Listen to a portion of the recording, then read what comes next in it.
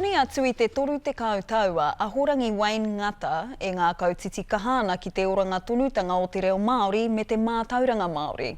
Nā, e whakanui ana te uri o te aitanga Hawiti, Ngāti Ira me Ngāti Porou I te rārangi o ngā hōnore nui o Aotearoa mo tēnei tau hou. Kei a te rina kōwhai tēnei purongo. Ahua maira, tengai ma He uri, ngā Māui. Kope kiri atu wai mā te maru o takare, tūki te iaie. Ha. Kua whakawhiwhia I te tohu huanga, moana mahi te ao Māori I te ao mātauranga anō hoki. Ka mihi te kaituku taku ingoa. Me te hihe whāki mai ki au e pai ana kia mohei au nā wai. E tipu ake ia I te tai rāwhiti, ko ia tētahi toki I whakarauora I ngā mahi a tāne rore, rāua ko hine rehia. Tamariki ana e haka ana. Paku ka haere e haka ana. Tēnei wātunu nei e haka tunu ana.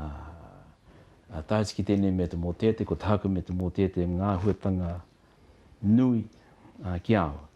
I te mea, kei reira tonu te me ki te ihi, te wana, te wehi o te Māori e noho ana. Ko ia hoki tētahi kāwau māro mo ngā mahi whakairo, kua ngā kautiti kahaia kia ora tonu ai te ahurea Māori me ngā tikanga Māori. Kāre mātou tipu I te reo. Nā wei I whai. Ia e tai ohi tonu ana.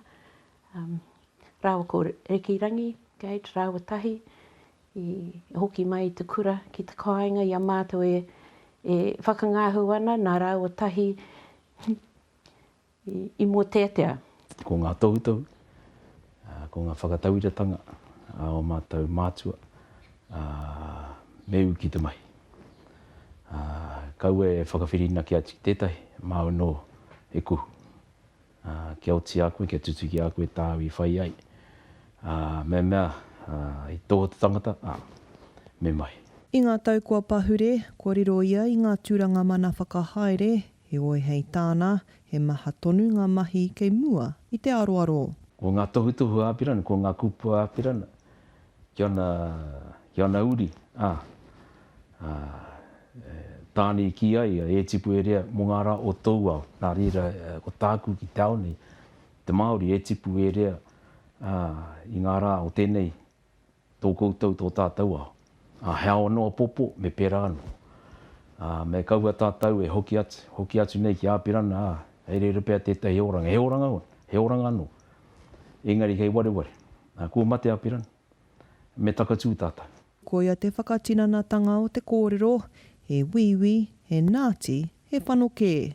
Te rina kōwhai, te karere.